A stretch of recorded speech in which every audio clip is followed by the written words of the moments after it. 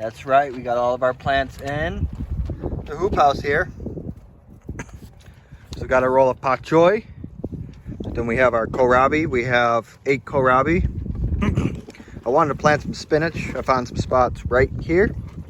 Spinach we want about 6 inches apart, so it should be good right there. From here all the way down to there, to that stick, we have a row of yellow onions. These were going to go in anyway because that's where they're going.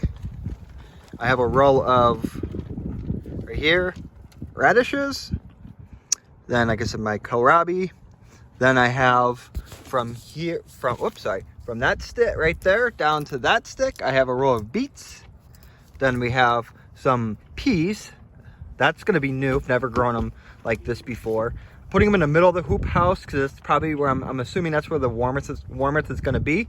Our peas really can't handle frost that much, so we're going to try them there. Right there, I have a green cabbage. I have a broccoli, green cabbage right down there.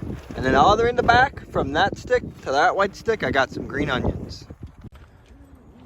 So yeah, that's what I got in the hoop house.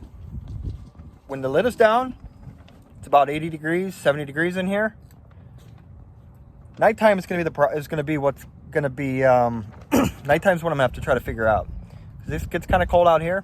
I'm hoping that the next few days is supposed to be really warm. I'm hoping that this ground warms up even more.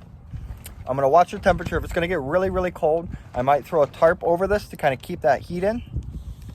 I think it's going to be fine though. Everything I planted in here, except for those peas, are frost or cold hardy. So I think I'm going to be good. Stay tuned. We'll see how it looks.